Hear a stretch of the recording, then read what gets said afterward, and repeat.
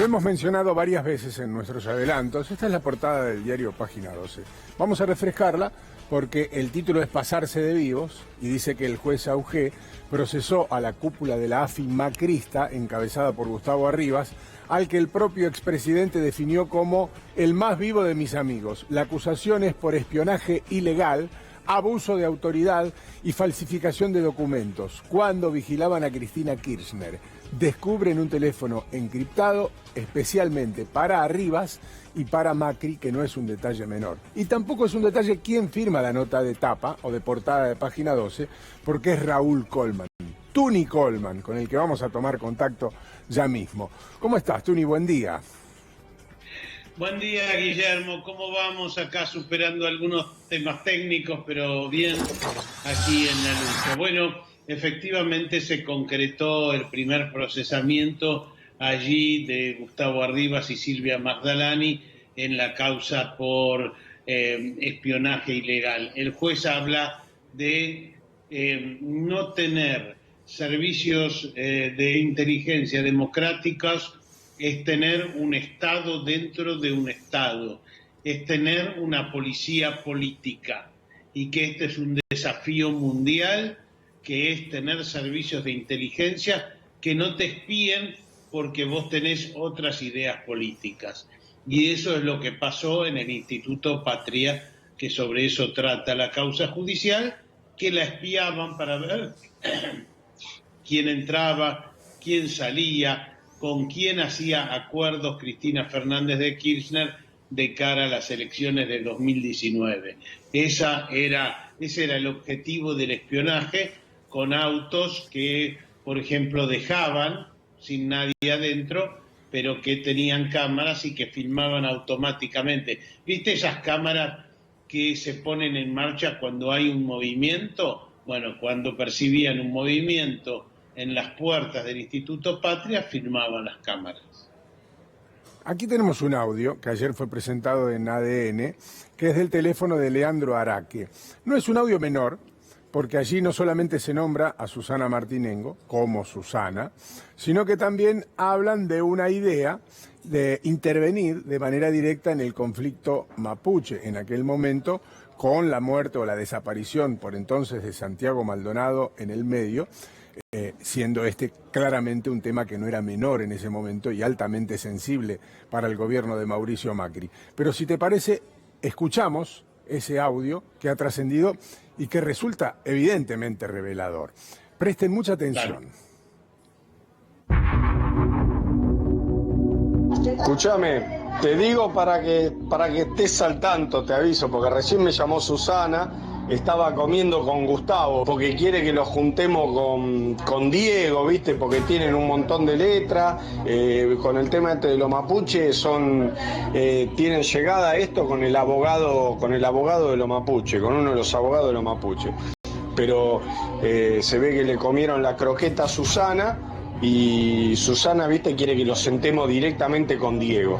Pero por las dudas, te digo, por si te llama, por si habla, por si se descuelga y lo llama a Diego y Diego te llama para preguntarte por esta gente, viste, por la duda. Parece una conversación más, pero claramente lo que están diciendo es de tomar contacto directo con uno de los abogados que representa a los mapuches y evidentemente intervenir, porque según él mismo dice, menciona a un tal Gustavo, suponemos que es Arriba, y que alguien le come la croqueta a Susana para que se haga, entre comillas, esta operación, Raúl. Bueno, efectivamente resultaba de importancia para el presidente, porque saben ustedes que el presidente era o es amigo de John Lewis, el dueño de tierras muy importantes en la Patagonia que estaban en litigio con la comunidad mapuche. Entonces acá como que sugieren, deja que yo te arreglo este lío. Nos compramos a los abogados de los mapuches y esto te lo arreglamos en 2 minutos. Muy típico, porque Araque, recordá, Guillermo, era un policía que pasó a la Agencia Federal de Inteligencia. Entonces muy típico de ese estilo policial. Deja que yo te lo arreglo. que coimeamos a este y al otro y que lo arreglamos, etcétera, etcétera, muestra que querían operar en todo lo que era el conflicto mapuche, sin ninguna duda, ¿no? También muestra, Raúl, algo que vos has mencionado, ¿no? Lo precario de la manera de manejarse, lo precario de sus comunicaciones y cómo se manejaban estas cuestiones, algo que termina reflejado en la causa judicial porque los dedos de esta gente están por todos lados, Raúl. Mira, siempre veo sobrevolando en esta causa lo siguiente. El gobierno de Mauricio Macri llenó la Agencia Federal de Inteligencia de policías. Los policías tienen otra estructura que los agentes de inteligencia. Un agente de inteligencia va juntando información y juntando información, y su clave es mantener el silencio. En cambio, un policía es el estilo de: yo te lo arreglo, ponemos unos mangos acá, tengo un buchón que me cuenta tal cosa, pero si le arrimamos una plata me va a decir más cosas. Es decir, son formas de trabajo entre comillas, ¿no? Muy distintas. Y lo que ves ahí son los policías de la policía de la ciudad, además venían, porque en el macrismo dicen: no nos podemos lavar las manos de esto. Eran policías nuestros en una agencia federal de inteligencia que dirigíamos nosotros, o sea, era nuestra gente. La que hizo este desastre fue nuestra gente. Como vos decís, fue un desastre. Dejaron huellas por todos lados. Entonces, la verdad que están en una encerrona, y esto se ve en la causa judicial, donde hay prueba por todos lados. El tema es si el techo se perfora y finalmente llega al expresidente Mauricio Macri. Todos los caminos conducen a él. Ahora, fíjense que en uno de los teléfonos se secuestra documentos o documentación que termina demostrando cómo se infiltraban en una marcha, cómo interesaba el tema mapuche, cómo buscaban en ese momento a Facundo Jonas Wallace dentro de una marcha que se realizó aquí en la Ciudad Autónoma de Buenos Aires. Llama la atención el nivel de infiltración en ese momento.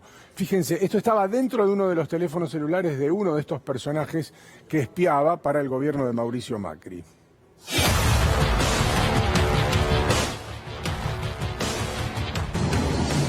Acá estamos en la marcha para que aparezca el mapuche de mierda este, así lo podemos matar. No lo encontramos por ningún lado. No sabemos dónde carajo está. Estamos preparados con agua, jabón, la tijera de peluquería, todo, pero no aparece, che.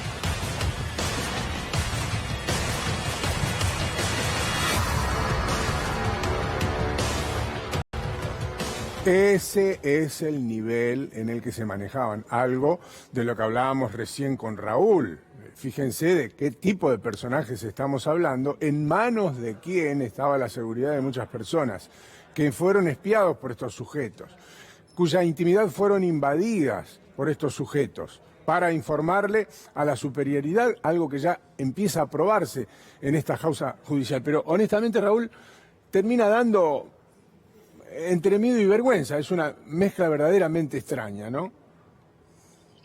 Efectivamente, muestra la baja calidad, sin ninguna duda, del espionaje en estos 4 años, y además los niveles de traición, porque vos pensás que esta gente incluso grabó, no solo hacía estos desastres, sino que grababa a sus propios jefes. Iban a una reunión y los grababan a quienes les daban las instrucciones. Vos andá a tal marcha, bueno, ellos lo grababan al jefe diciéndoles eso. Entonces, esto te muestra el nivel de corrupción, además del bajo nivel, digamos, en general. Y bueno, esto que acabas de mostrar y que mostró anoche ADN es absolutamente ilegal. Saben ustedes que no se...